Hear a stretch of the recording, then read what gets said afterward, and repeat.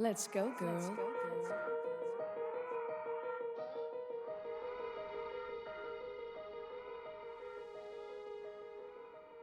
On est au Palais des Sports Saint-Symphorien. C'est 20 ans de ma vie parce que j'y ai joué d'abord une dizaine d'années, puis ensuite j'y ai coaché, 10 ans aussi.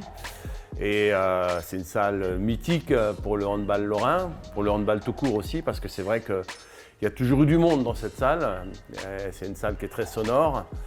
Et puis ce vestiaire, il se passe tellement de choses dans les vestiaires en sport co, beaucoup d'émotions, des fois des engueulades qu'il y a pu y avoir, les discours de motivation. Et ça fait plaisir de revenir. Et je me souviens des matchs de Coupe d'Europe, notamment un match de Coupe d'Europe qu'on avait joué contre les Norvégiennes. Il y avait une ambiance de folie. D'ailleurs, dans les vestiaires, on entendait le public qui criait.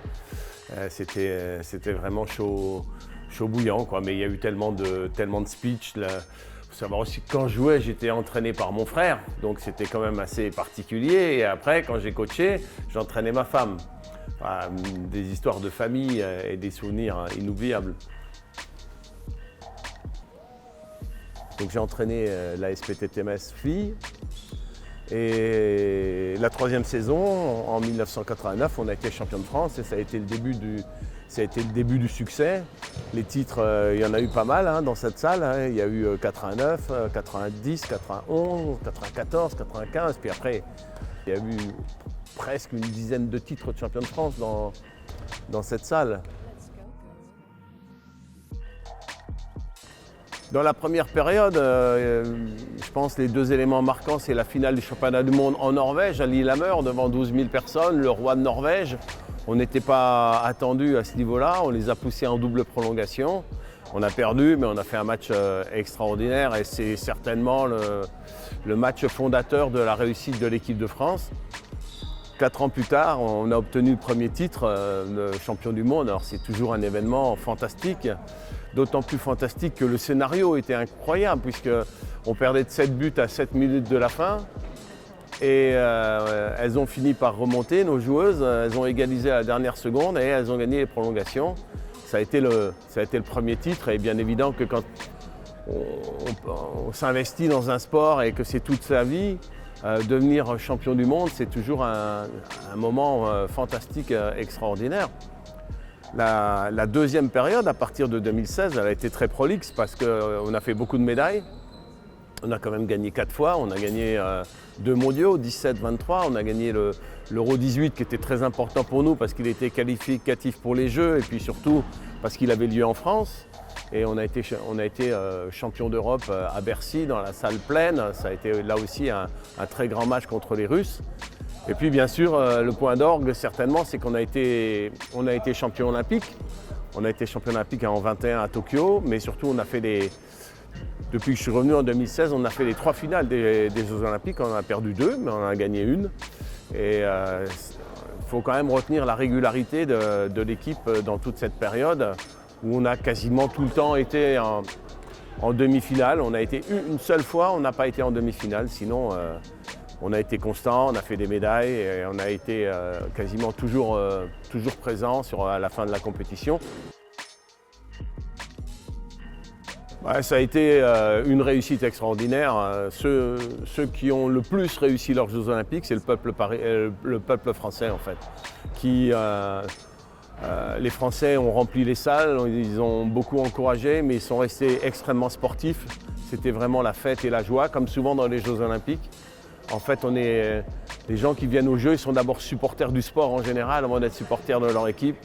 Alors évidemment, c'était tout le temps plein à Paris.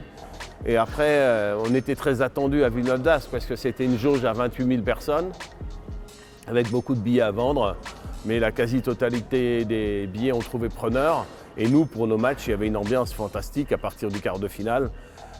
Jouer devant 28 000 personnes, ça restera un souvenir extraordinaire. Alors, le match le plus fantastique, le plus accompli, ça sera certainement la demi-finale. Il restera toujours un petit regret sur la finale, mais je crois qu'il faut savoir gagner avec humilité et perdre avec panache et reconnaître quand on a perdu qu'on a perdu parce que l'adversaire était, sur ce jour-là en tout cas, plus fort que nous. Sur la première période, je pense qu'on peut souligner les grandes performances que faisait Valérie Nicolas, même si elle n'était pas très facile à coacher, mais ça a été une grande gardienne de but du contexte international. Elle a fait des grands matchs avec l'équipe de France. Après,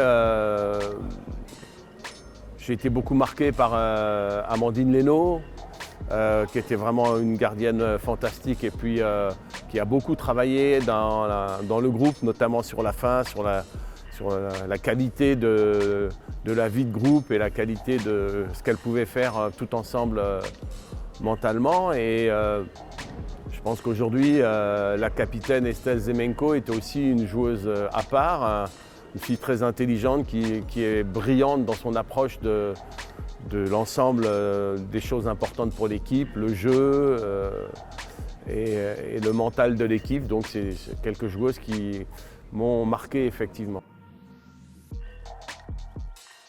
Il me semblait nécessaire qu'une nouvelle aventure commence pour l'équipe de France. On travaille beaucoup sur les 4 années olympiques, étant donné que je savais pertinemment que je n'irais pas à Los Angeles.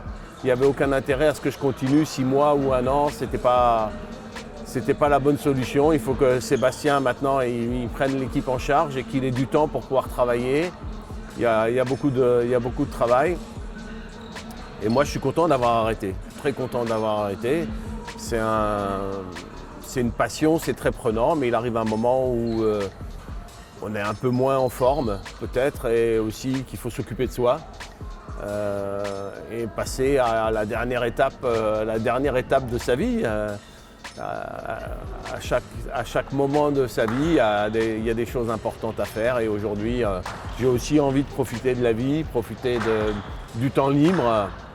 Et puis de regarder simplement le handball par plaisir et plus forcément m'investir dedans. J'ai complètement changé ma position. Je regarde les matchs avec plaisir, mais j'en fais pas particulièrement l'analyse. Je suis devenu un spectateur lambda. J'ai tourné la page.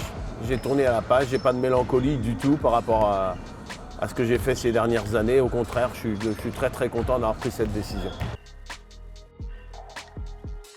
Il a une solide expérience dans le handball, mais particulièrement par rapport à l'équipe de France, puisqu'il a d'abord été vidéoman.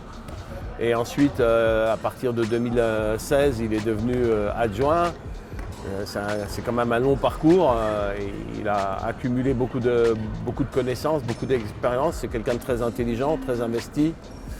Je pense qu'il a les qualités requises pour ce qui est du technico-tactique. Après, c'est un rôle particulier être coach. Hein. C'est beaucoup ce qu'on va mettre en place en termes de personnalité, en termes de comment on va diriger l'équipe, comment on va la manager. C'est surtout ça qui est important.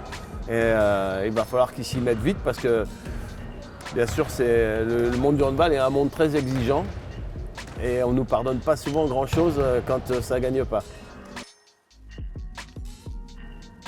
Je pense que ce qui est important pour un coach, c'est de savoir tout gérer et tout utiliser surtout. Et les victoires et les défaites. Donc il y a une phrase que j'apprécie particulièrement, c'est « Victoire et défaite sont 2 menteurs qu'il faut savoir accueillir d'un même front ». Let's go, girls.